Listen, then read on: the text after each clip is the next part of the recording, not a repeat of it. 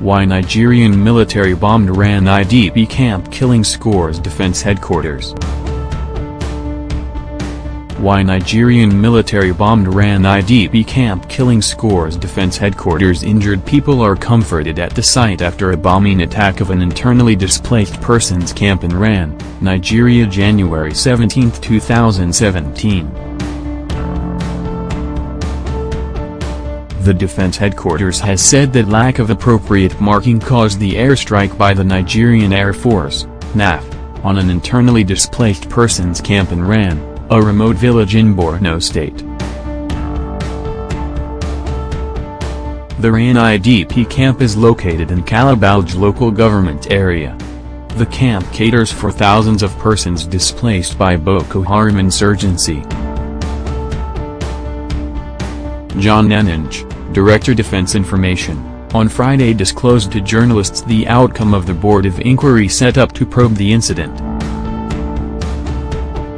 NAF had set up a board to investigate the bombing carried out by one of its fighter jets on the IDP camp that killed at least 54 people in January.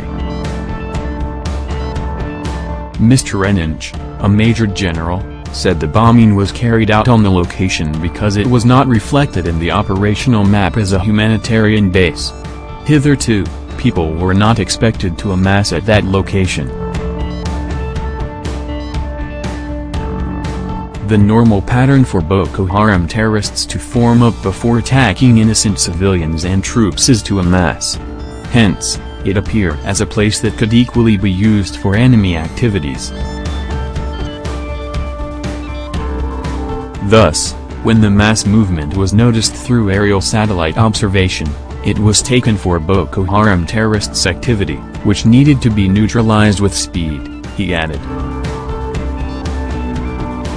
The military chief did not, however, explain why there was no coordination between soldiers who planned and executed the air raid and the soldiers who were on the ground to provide security for the Rann camp. Mr. Nenninge stressed that to prevent future occurrence, all locations where humanitarian activities take place in the theater of operation would be marked appropriately for ground and aerial identification in line with international best practices. According to him, the board came up with other recommendations to prevent such incident. The recommendations include to identify all the geographical and spatial coordinates of all areas of humanitarian activities within the area of operations, which must be provided to the theater command headquarters.